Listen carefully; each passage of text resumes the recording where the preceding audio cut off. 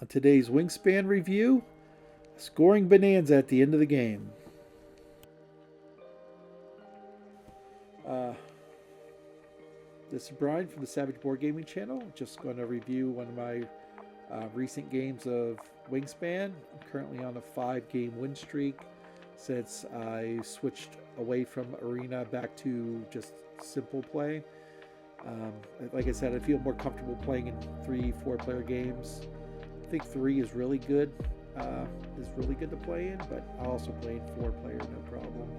So the brown goals are bowl nest birds with eggs in them, platform nests with eggs in them, eggs in forest, eggs in water. Pretty simple. So looking at my starting cards, I have 2 of the platform nests, and this is probably I'm going to take also, right? Just so I have something to try to score points off, right? Also, before we move on to this, the end game goals. I'm not a big fan of birds that eat wheat. I am a big fan of birds that eat rats. It's a pretty good scoring card, all things considered. It also pairs very well with the predator, 2 points per predator. So, yeah, that's the one I'm going to take. I'm going to take the osprey, the coopers, and the northern mockingbird here. All right. Okay. Kept a fish and a rat. Fish and a rat.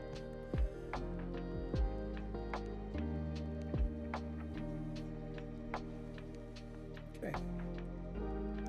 Andrew plays Loggerhead Shrike, which I'm not excited about, because I'm trying to play birds that eat rats. So every time I take a rat, he's going to get a point. So I'm going to play the osprey. So in the beginning of most Wingspan games, if you can, you want to try to get some way to draw cards and food. So playing birds in the forest and in the wetlands is a solid strategy at the beginning of the game.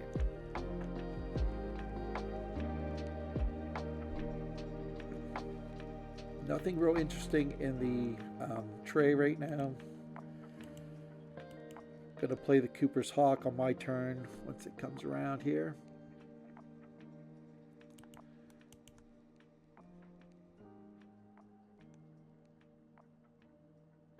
All right.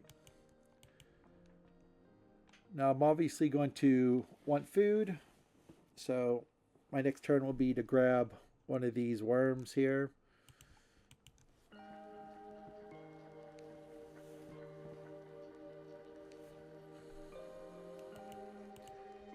So, Stargazer plays the Hermit Thrush. It's a big bird, gives you lots of points, but it takes so many resources for the first round. And most of the time, we're only going to have 1 or 2 birds played. So somebody else will also get food off of this if he uses it. So, which he likes to use it. So. Get the hunt, score a point there. I'm going to try to get through this pretty quick. Okay, place the red crossbill. Whenever it's activated, all players gain wheat from the supply. I call it wheat because I played Settlers of Catan too long in my life, so anything that looks like wheat is wheat. I know they call it seed in the book, but that's not what I'm calling it. Okay, I get my berry for my northern mockingbird. So right now I'm thinking, should I play it right away? Like go lay eggs, play it right away? But I decide to just draw cards first. I get this ruby-throated hummingbird, so which I will play in the egg row. So if you get a bird that gives you food, you don't want to play it in your forest. You want to play it in your egg row or your card row. That way you're doing 2 things at once. You're gaining 2 different resources at the same time. So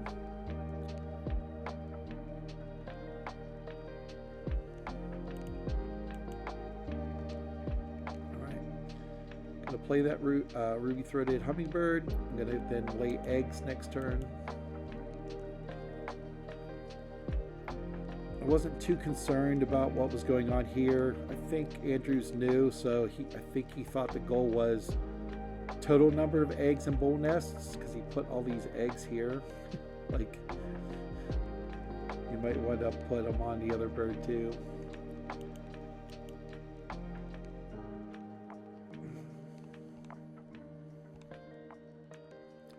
So I'm gonna lay eggs.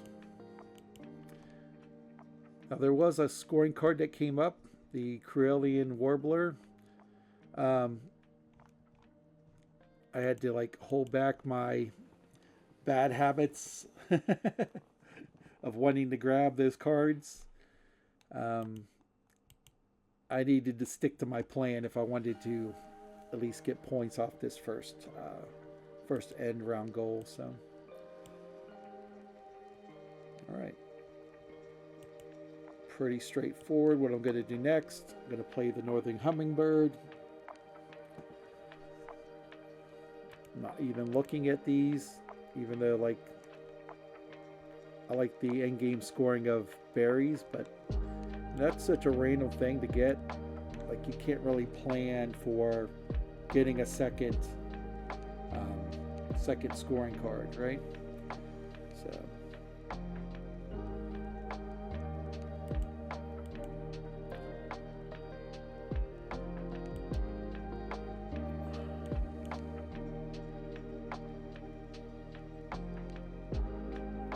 Plays his Corellian Wobbler. So he has 2 endgame scoring. So unless he has like a 2 per bird, right? He's probably going to max out about 15 points, right? Because maybe 16 if he gets 2 of the 8s, you know?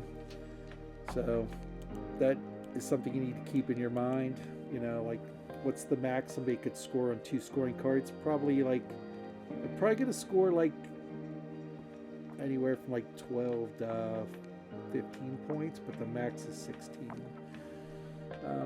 And they might not even get that, you know, they might be unlucky with the draw. So I draw the Mississippi Kite for 2 reasons. 1, it goes with my endgame scoring. 2, it's a platform nest, which is the round goal this time, right? It's also good that it takes worms to feed, but I'm a bonehead and I take, for his food, I take a rat. Which I should not do, because I gave Andrew a point there. He's able to hunt 1. That's disappointing because that's a card I would like to score with, but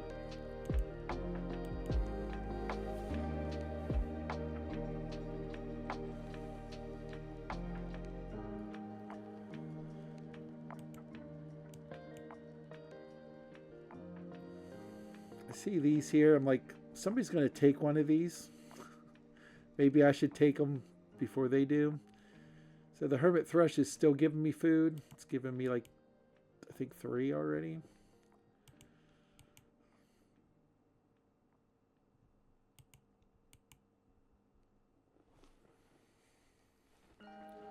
The whole power of this bird, right, this thrush, to me, is that you don't have to build out your food row as much, right? You can place it there, have less birds than your opponents, and then still get the 2 food, right? But he was keeping pace with us for some reason. I don't know why. Okay, I take the greater prairie chicken, and then I get a mountain bluebird. So that's a good combo. Thing is am I able to play that, right?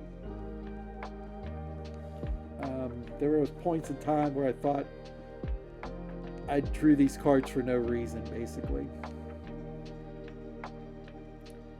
But something changes that real quick. Alright, so let's keep going here.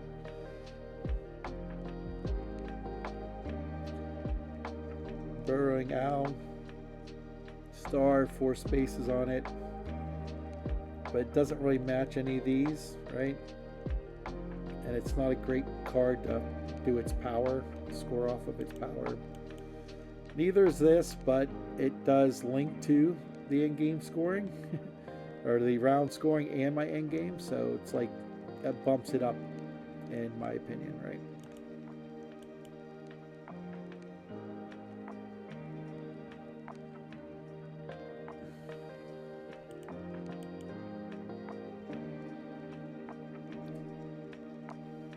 Purple Martin, so he's building an aggro.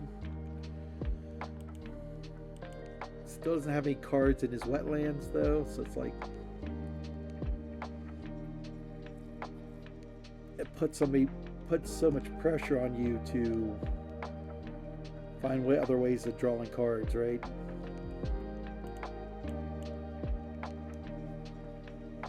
Because even with one bird in here, I can always discard an egg for a second card, right? So just by playing one bird. Okay.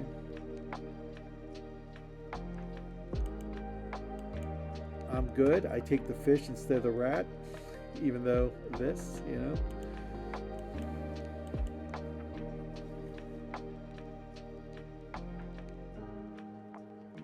I'm gonna lay eggs here, so I can win this end of round goal.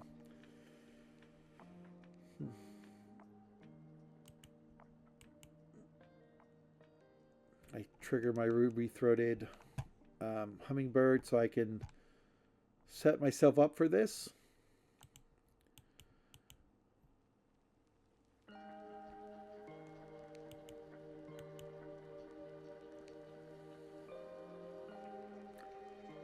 But I hesitate playing it for some reason. I can't remember why I did it off the top of my head.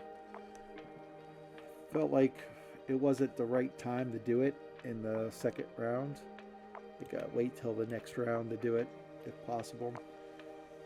Because, you know, I might draw cards that might totally change my plans, which kind of happened.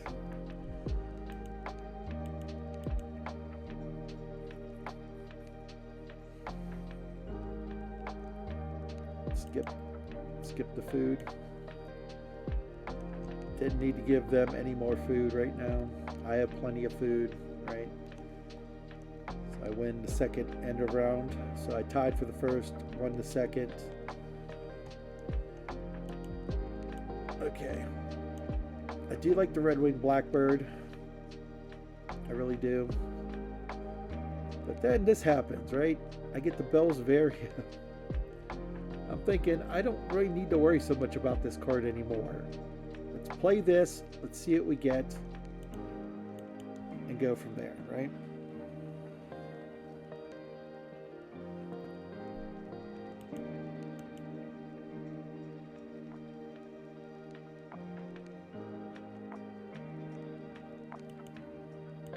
Bell's Varia is also going to go in my forest because I need to get more eggs in there. Right now it's 6-4, so you really want to pressure your opponents. You don't want them to just sit back and just score points because you didn't try to make them do more, right? All right. They were nice enough to give me some wheat from the crossbill. Stargazer drops big card, which I call bombs. These 7, 8s, and 9s, you know, big points all at once. So we're pretty close across the board. I do take the red wing, and I get this also. I think I felt like I needed to get a bird played in the water area. So when I played this, the card that I discarded was birds that only eat worms. So that could have been a good one for me, right? But I took this one, you know. They were the same. I mean, this had upside, but then I might go away from what I have in my hand.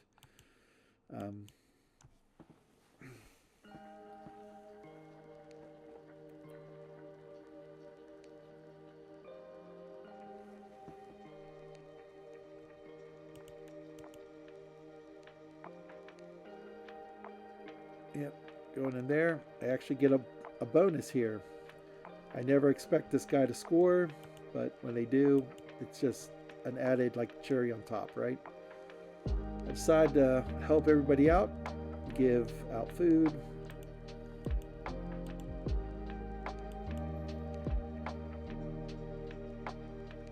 I did that because I think I wanted to make sure I played this and I didn't want to have to spend 4 wheat to do it.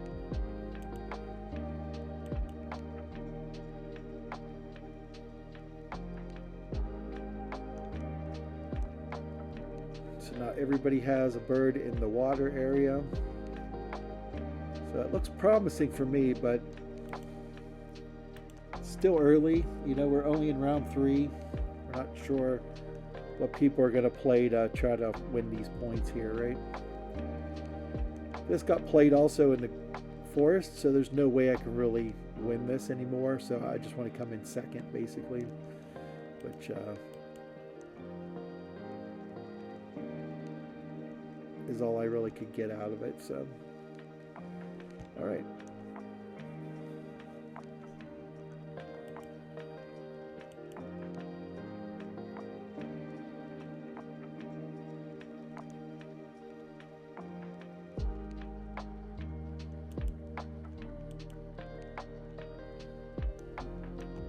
Laying eggs because he wants to pass me up.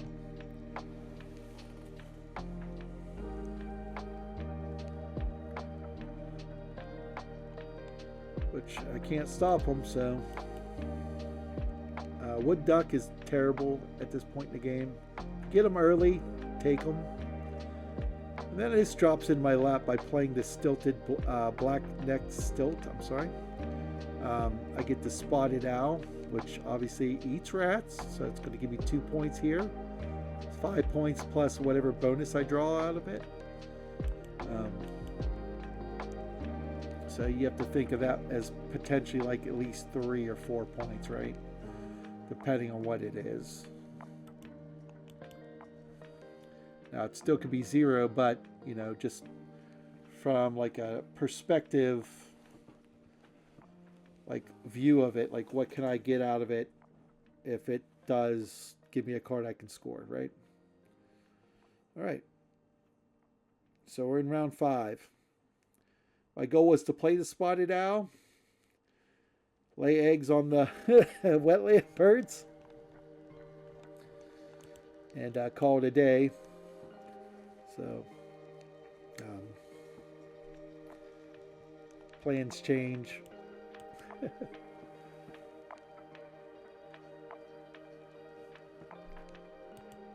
So when this video was called In-Game Scoring Bonanza, I mean, it really was. At the end of the game, I get all these points. So. I didn't do it with eggs. You know, I get some with eggs, but I didn't just rely on eggs to get me there, right? All right, so here we go. We're going to play the spotted owl. I draw geography. So I have 2 of those. I need 4 to score 7 points. I have the northern mockingbird and the Mississippi kite. But look at this. Mountain bluebird, greater prairie chicken. Play this card, play a second card. So I can play this and this on the same turn. As long as I have the resources for it. It helps me get 7 points from this, and then I'll get another bonus card. So, plus they're not like low value birds either, right? So I'm going to lose 3 points in eggs, but then gain back 9. So like it's a 6 points, right? Whereas right now I'm only gaining 4 points from laying eggs and maybe getting a point for that, right? So that's what you really got to figure out, like what's giving me more points. Will eggs give you more points? Might not, right?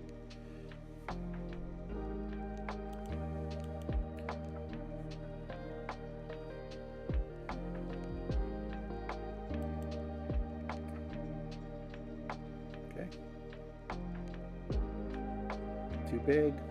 Too big. Real shame. I couldn't score 2 points there, but you know. I needed food. I got the food I needed, right?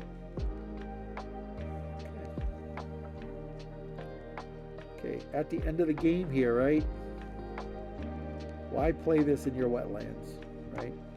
If you're worried about the end game scoring or end round scoring, you have 7 egg spots, right? 4 and 4, right? You play this here so that if you have to lay eggs, you're also hunting every time, right?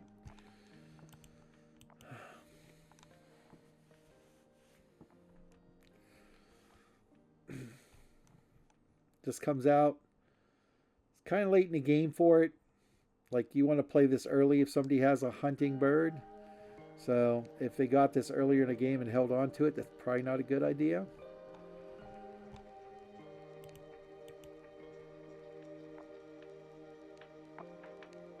Here we go. And look at this. Remember I said rats go well with the predator scoring? So most predators eat rats in this game, or fish.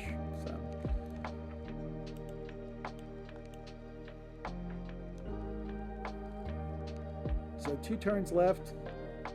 Gets real boring. I'm going to lay eggs twice. But something nice happens to me.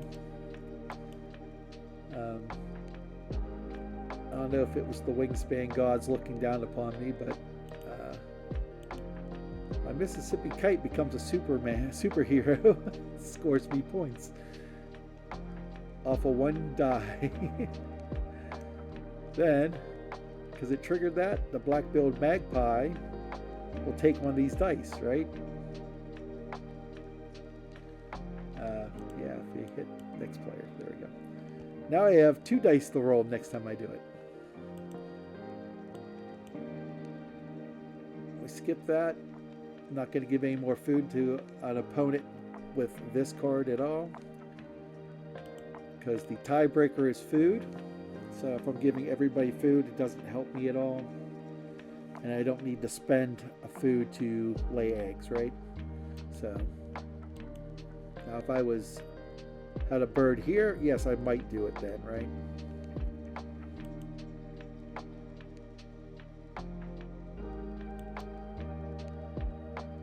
There we go. Last turn for me. Lay all the eggs I can. He did it again.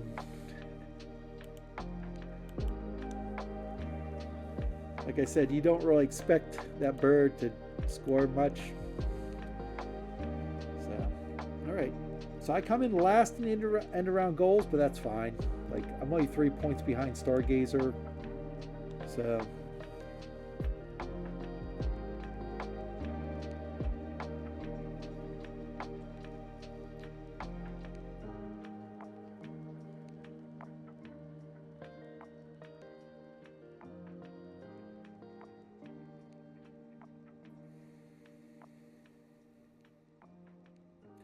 So they got Omnivore, which is also another card I like, even though it's only 16% of the cards.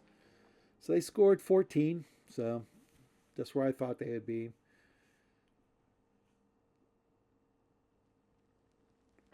I scored 21 with my end game, so that was just a matter of one card chaining into another card, right? So I win. 92 points. Not bad. Like I said, I shoot for the 90s, high 90s. So this is a little bit below average, but I'm not going to like turn my nose up at a 90 in this game. If you like this content, please like and subscribe.